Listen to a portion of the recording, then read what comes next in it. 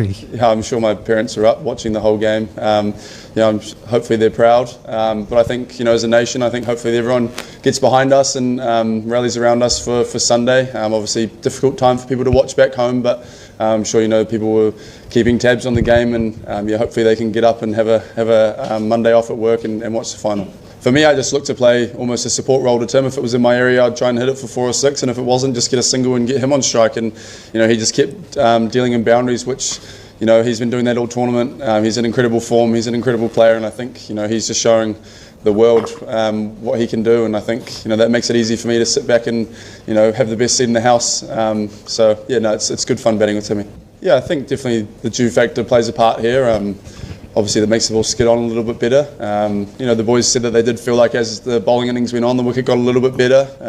So I guess for me and Tim, we just kept staying in it, knowing that hopefully the wicket would get better. It still did a little bit with the new ball. So, strong positions and just try and hit the ball hard. Yeah, I think me and Tim try and keep it as simple as we can with our batting, react to what's coming down to us, and always try to look straight to start and use length to our advantage. And I think I definitely wouldn't say it was a club game. They definitely made it challenging for us as well, and I think they're a quality opposition. We saw that the first game they played against us, and we just tried to use what we knew from playing them last time to our advantage. And I think that's what they do so well is they back up performances as they've done all tournament, and I guess for us that showed us their plans a little bit, and we wanted to try and use that to our advantage. Take the game on, not shy away from any challenge, and I think, like I said earlier, the bowlers certainly did that to start off with. They set the tone for us, and taking early wickets on what we thought was going to be a really good batting wicket was extremely important. They've got an incredibly powerful batting lineup, and hats off to the boys. They set it up for us with the bat, and as I said, we didn't really have a plan, me and Timmy, just try and be positive and hope for the best. It makes it challenging for us. They've always hit the ball hard, so to get one over them is a huge confidence booster for us going into Sunday.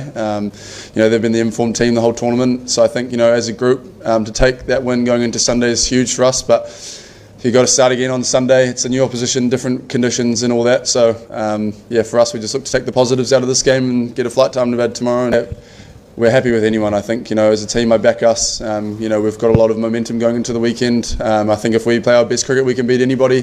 So we'll be watching tomorrow night. I think either way, I think hopefully we get up for Sunday. It'll be a spectacle. I'd love to tell you the plans, but I think, if you look at it, left-handers bowling an off-spinner kind of makes sense. It's been done a lot this World Cup, and Cole's really nice with that new ball too.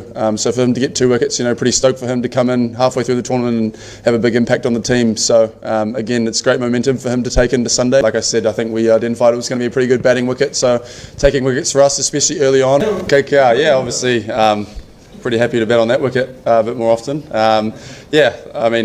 First time I played at Kolkata as well, so I think, like I said, I got that last game against India on black soil to really, I guess, have a look at what it's like, and I think that was really helpful to take into this game. I think guys understand what they need to do on slower wickets and in turning conditions, so we're pretty confident that we'll face up to whatever conditions are in front of us.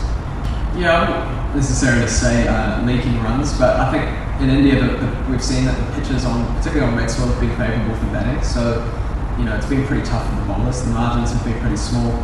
You've seen a lot of games nearing that 200 score regularly. So I think the bowlers have certainly had a little bit of a challenge, and I think here obviously it's slightly different with the slower nature of the pitches. The bowlers will hopefully get a chance to really show off their skills, and I know that spin is probably more likely to play a part here in particular. So we'll just wait and see what the pitch looks like. So it's just about making sure we're really clear in the way that we want to play it. Certainly change your game plan. I guess for me personally, batting in the middle, I could be in potentially the power play or in with very few overs to go. So I guess specifically against the spinners, it's probably looking at different options around, like whether you employ a sweep shot more or a reverse sweep. Whereas I guess in India, where it doesn't spin as much, you can look to target straight boundaries a little bit more. So each batter has their own method, but I guess for myself, it's looking at different areas of the ground to hit, and obviously there's big pockets here too. So it's not all about sixes on this ground. Lots of twos, lots of fours. Running hard between the wickets is really important as well, particularly if it's not a very high score. And then when it comes to obviously Pakistan bowling has been going really well, but obviously our batting has been going well too. So I guess the guys will just come in, make their respective plans against their bowlers, and then try and execute on the day. Santner, he looks pretty sprightly, so I think he's pretty excited to get back on par. Barring any last minute sickness, I think he'll be there. Obviously, Lockie has left us. I think he's currently on the way back, so I think he's landing potentially tonight. So we'll just see how he pulls up from the flight. So I can't confirm or say whether he'll be in the 11 or not. I'm not too sure, to be honest.